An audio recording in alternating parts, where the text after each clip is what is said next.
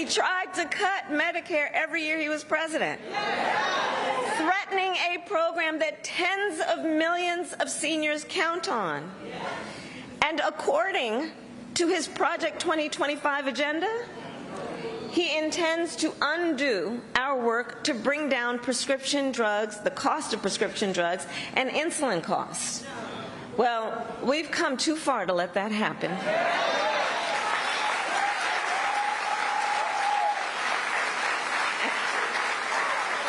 So we're not going back on that, and let's talk about the cost of housing. So now, the housing market can be complicated, but look, I'm not new to this issue. As State Attorney General, I drafted and helped pass a homeowner Bill of Rights, one of the first in America. And during the foreclosure crisis, I took on the big banks for predatory lending with many of my colleagues, including Roy Cooper, and won $20 billion for California families when I was Attorney General.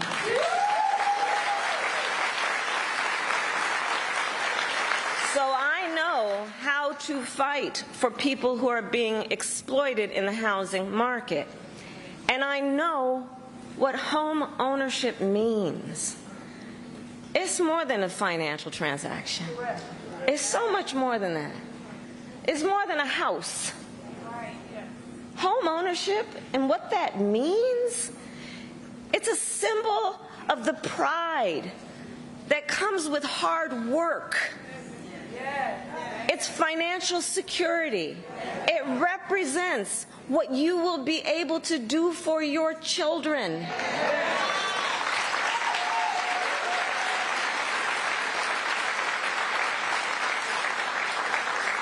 Sadly, right now, it is out of reach for far too many American families. There's a serious housing shortage. In many places, it's too difficult to build, and it's driving prices up. As President, I will work in partnership with industry to build the housing we need, both to rent and to buy. We will take down barriers and cut red tape, including at the state and local levels.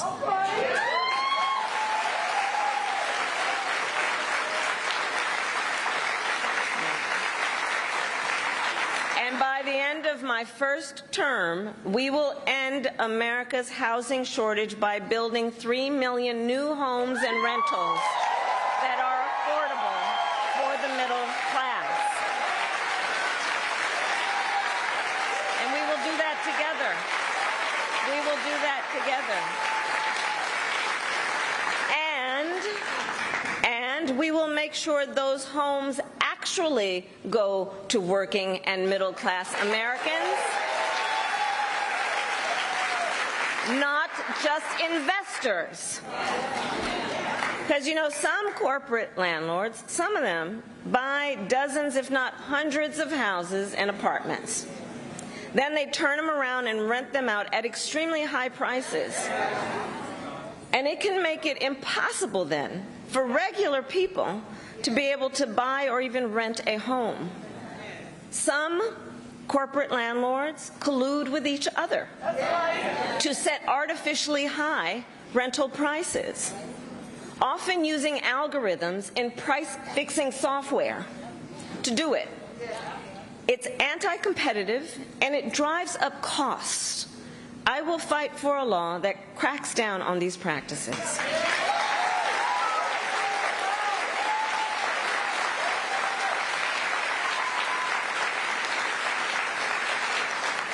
We also know that as the price of housing has gone up, the size of down payments have gone up as well. Even if aspiring homeowners save for years, it often still is not enough. So in addition, while we work on the housing shortage, my administration will provide first-time home buyers with $25,000 to help with the down payment on a new home.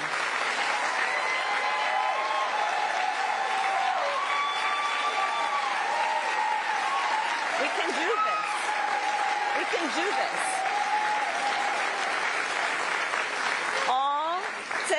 more Americans experience the pride of home ownership and the financial security that it represents and brings. So that's my plan. But here's what Donald Trump would do. If his Project 2025 agenda is put into effect, it will add around $1,200 a year to the typical American mortgage. He's got it backward. We should be doing everything we can to make it more affordable to buy a home, not less.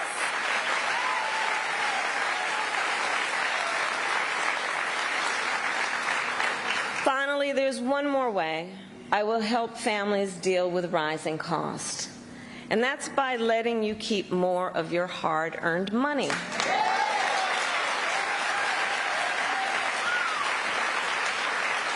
Under my plan, more than 100 million Americans will get a tax cut, and we will do this by restoring 2 tax cuts designed to help middle-class and working Americans: the Earned Income Tax Credit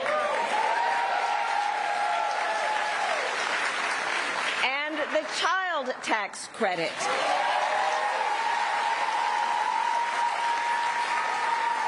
Through which millions of Americans with children got to keep more of their hard-earned income. We know this works and has a direct impact on so many issues, including child poverty. We know it works.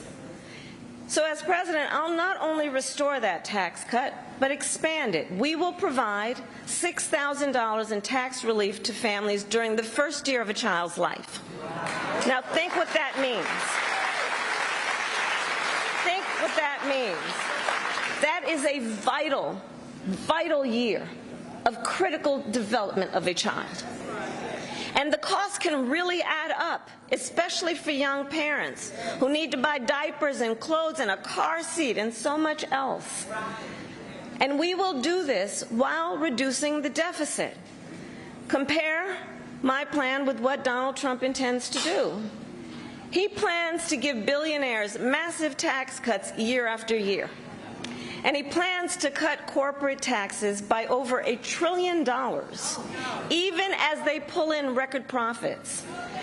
And that's on top of the $2 trillion tax cut he already signed into law when he was president, which, by the way, overwhelmingly went to the wealthiest Americans and corporations and exploded the national deficit. You know, I think that if you want to know who someone cares about, look who they fight for. Look who they fight for.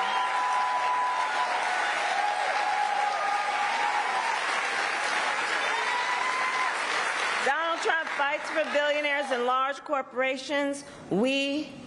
I will fight to give money back to working and middle-class Americans.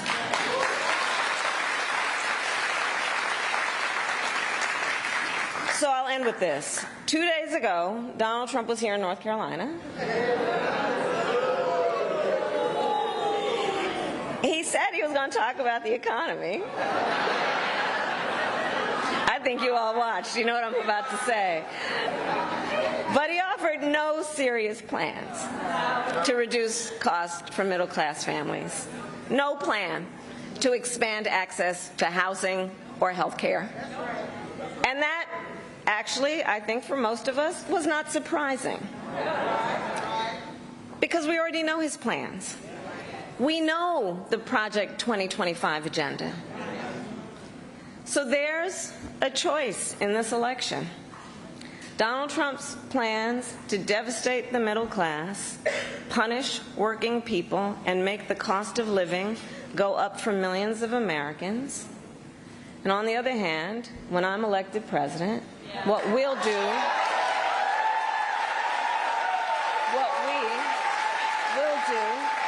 to bring down costs, increase the security and stability financially of your family, and expand opportunity for working and middle-class Americans.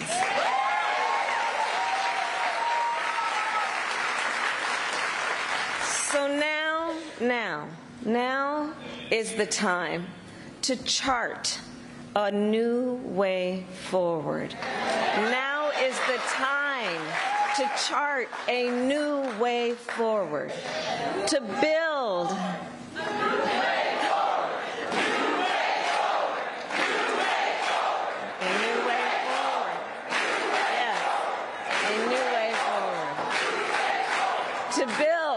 to build an America where everyone's work is rewarded and talents are valued, where we work with labor and business to strengthen the American economy, and where everyone has the opportunity not just to get by, but to get ahead.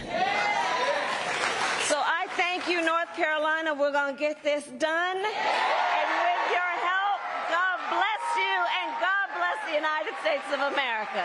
God bless you.